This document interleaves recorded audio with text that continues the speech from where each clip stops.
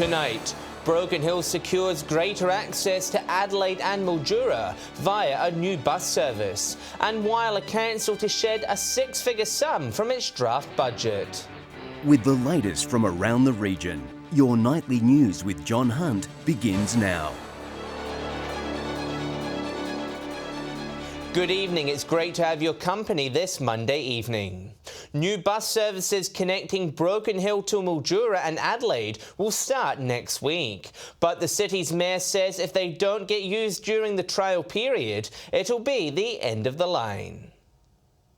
All aboard. It's not a train service as we hoped, but it is a bus service, and it's an affordable bus service. From Monday next week, a number of new bus services between Broken Hill, Mildura and Adelaide will come online. It comes after hundreds of locals voiced their desires for more transport to locations out of the city. A one-way adult ticket to Adelaide is just under $90, a concession fare is half that. To Mildura, it's a lot cheaper, $53 will get you there. Children under 15 are eligible for $1 travel tickets, and $2.50 country pensioner tickets apply between Broken Hill and Mildura. It is affordable, and that means that people that, use these services for medical reasons, this will reduce the cost as well. Mayor Turley says the buses are only available over the next 6 months as part of a trial period, and she warns that if they don't get used enough, they may be taken off the road. Please use this as you can. Please make sure in this trial period that the government understands this is an important service that we need. The new services commence on the 24th of this month. For a full timetable of the buses, visit our Facebook page. Patrick Ryankey, 7 Spencer Gulf News. 2 Mid-North drivers have lost their licences over the weekend for speeding. On Friday evening, a P-plater was pulled over, travelling 201 kilometres an hour in the 100 zone on the Horrocks Highway just north of Clare. Meanwhile, a 28-year-old Port Pirie woman was clocked travelling 50 kilometres over the speed limit in a 110 zone at Lochiel. Both drivers received an expiation notice for speeding and an instant 6 months loss of licence. Tumby Bay residents could soon face a 3.5% rate rise, with the District Council releasing its draft business plan. The budget focusing on several major projects, including a $2 million investment into the town's stormwater management. Local roads will also receive funding, with $1 million going towards construction of Bratton Bridge. A community information session will be held next Wednesday. Whyalla City Council will be drastically cutting funds out of its draft budget. The cuts will take time to finalise, and the CEO is offering community members a chance to have their say. Cost-cutting commences. Whyalla Council is axing $160,000 out of the draft budget. Identify those areas where we think efficiencies can be made, or whether there's wastage that we can stop and save money. A Facebook challenge encouraging community members to speak up is now located on the council's profile page. Mr Cowley says anyone with suggestions is welcome to share them. Constructive feedback about areas that they think we could look at and identify some savings opportunities. The cuts are yet to be identified, however, Council will conduct an in-depth review of services. Every service that we deliver to the community, both internally and externally. No area will go unexplored. Mr Cowley says the changes are a positive. Looking at providing our services in the most effective, efficient way that we can. The budget will be finalised early July, however cost-cutting will be a progressive program continuing during the year. Develop a reporting tool so that we can share with the community how we're going in identifying and realising those savings. Shari Hams, 7 Spencer Gulf News. A new exhibition exploring South Australia's Aboriginal servicemen during the Vietnam War is on display in Port Lincoln. The 3-year project is sharing untold stories of Indigenous veterans. Reuniting veterans and friends to reminisce, One in All In, an exhibition shining a light on the untold stories of Indigenous soldiers. The Vietnam War in our military history has been clouded for so long, especially with our Aboriginal and Torres Strait Islander veterans, and it's just so important to have the opportunity for them to share their experiences. Jessica Clark spent several months travelling around the Eyre Peninsula, interviewing a dozen Indigenous veterans. Their stories captured and interpreted on canvas by local Aboriginal artists. All of the veterans spoke about the importance of brotherhood and coming together and working together. Port Lincoln local Les Capinnery served in the Vietnam War during his 20s. His story now being featured here in the gallery, bringing back memories of wartime Australia. Memories will always be there, sort of whether you look at a photo today or tomorrow or whenever, so I think it's a little bit touchy. The exhibition marks the final year in Country Art SA's 3-year Aboriginal Diggers project, aimed at creatively sharing the untold stories of Indigenous servicemen and women. It's here for 6 weeks, and then after Port Lincoln it's going over to Port Augusta for another 6 weeks. Nathan Regter, 7 Spencer Golf News. Still to come tonight, 2 Port Pirie schools officially open new STEM facilities, and Mid-North medical students get a taste of working in an emergency department. Welcome back. Port Pirie West Primary School has officially opened its brand new $1 million STEM building. The state-of-the-art facility is aimed at getting kids interested in pursuing a career in science. Celebrating science and math in style, Port Pirie West Primary School holding an explosive grand opening for their new STEM building.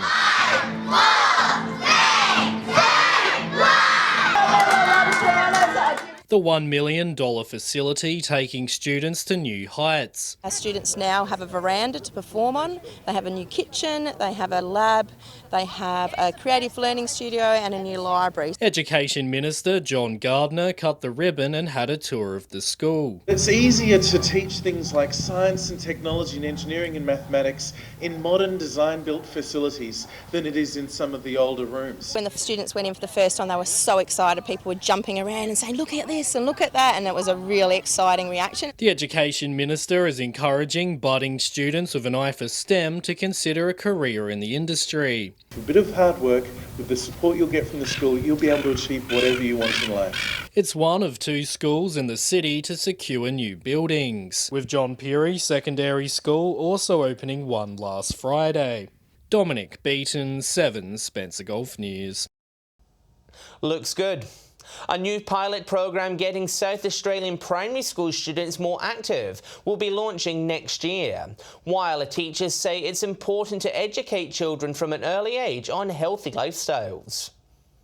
Learning to love exercise. Some South Australian primary schools will be undertaking a new fitness program to get kids active. The important thing is at the moment we feel that health and physical education is marginalised in many schools, so we're wanting to ensure that we can raise the profile of health and physical education across all schools.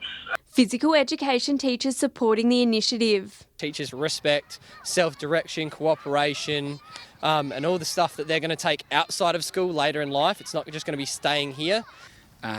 Continue that into the future, but also to build positive relationships with not only their peers but others in the community as well. Selected schools haven't been finalised for the $700,000 program, but local teachers say they'd welcome the opportunity to access it. Especially nowadays with obesity rates rising, so definitely a big thing for the area. And professionals are confident they'll be able to get the message across. In the broader Whyalla region, and we know that this worked really well because schools really value added and contributed to professional learning and support. Shari Hams, 7 Spencer Golf News. Port Augusta will pay tribute to the history of its coal-fired power station through a raft of new upgrades at Rotary Park. A picnic shelter, new seating and a barbecue, as well as information panels, are set to be installed at the Westside Park. The selected site allowing people to gaze across the water to where the power station once stood. The council says this is an important step to acknowledge its legacy. We need to realise this business employed around 800 to 1,000 people over a period of time and is a benchmark for Port Augusta. The power station was decommissioned in 2016, along with the Lee Creek coal mine. And Port Augusta's sterile fruit flies are continuing to help in the battle against fruit fly outbreaks in Victoria. Millions of sterile flies from the local facility have been released at Lindsay Point in Victoria to battle the damaging Queensland breed, which is impacting the horticulture industry. The state government says it's important to take the fight across borders, as infected insects developing interstate can spread into South Australia. An intensive 5-day training exercise has been held at Port Pirie's Healthcare Centre. Fifth-year medical students from across the Mid-North have simulated working in an emergency department. Port Pirie's Healthcare Centre temporarily transformed into a virtual hospital, offering an opportunity for fifth-year rural medical students to get a taste of working in an emergency department. The students are following 2 patients in their operative journey, so it goes from pre-anaesthetic assessment right through to their recovery period. Our next generation of doctors eager to get hands-on. This simulation even hiring actors to pretend to be patients who are seriously injured. We've done a simulation session working as an emergency department and we got to start from the very beginning at triage. The University of Adelaide delivering medical equipment to ensure rural students get the same experience as their metropolitan colleagues. We brought all of our equipment and specialist staff to the rural environment to make sure that our rural students get the same sort of teaching experience that our metropolitan students do. Some even considering moving regional after graduation. We see our own patients, we might assist a specialist, maybe in some operations, and we get to see a really broad range of medicine. Dominic Beaton, 7 Spencer Golf News. Stay with us after the break. We'll have the latest footy results from across the region, and I'll have the latest weather details. Hello again. The future of Port Augusta's Hancock Stadium has been secured, with Flinders Power committing funding towards much-needed upgrades. It'll ensure it can continue hosting regional sporting competitions. Built over 50 years ago, it's no surprise this ageing stadium has cracks, structural faults and even traces of asbestos. But years of talks of a possible demolition will soon be a distant memory. Flinders Power bankrolling stadium repairs to the tune of over $220,000. But due to this, we can do the upgrading to where we require it, remove the asbestos, upgrade the ceilings a bit and do a bit of wall work. Originally used for basketball, the courts have become a stalwart in the local sporting scene. There's indoor soccer, volleyball, badminton, busybodies from the old Be Active Centre use it, so it's a multi-purpose facility. A report into Hancock Stadium identified while there are issues, the facility is still in good shape. Flinders Power say they wanted to secure its future. Things degrade after a while, so these upgrades allow for multiple groups to use it in the future. But it does come at a cost for the council, adding an extra $86,000 to the deficit. But that's 5 years use that we wouldn't have had if we demolished the building. Garth Burley, 7 Spencer Golf News. Time now for a look at the local footy results from around the regions. And in Broken Hill there was an upset and a thrashing. Here's Patrick Reinke with the weekend wrap. Saturday's game against North was a do-or-die situation for Central. With their chances of playing finals footy hanging in the balance, they needed something special. On an overcast day at Memorial Oval, the Bulldogs wasted no time putting the Magpies under the pump. The blue and white hounded the hosts with fierce pressure, forcing turnovers by the dozen. Quinton Bevan was a standout for the Dogs as they broke away to an early 3-goal lead. 100-gamer Jason Maslett put in another top-shelf performance for Central across the afternoon, the young Centurion finding plenty of the contested ball as the Magpies did their best to stay in touch. A goal on the quarter-time siren gave the Bulldogs a 29-point buffer. Central rallied and looked to be on the up with 2 goals to veteran Justin Heath, including this one straight out of the English Premier League.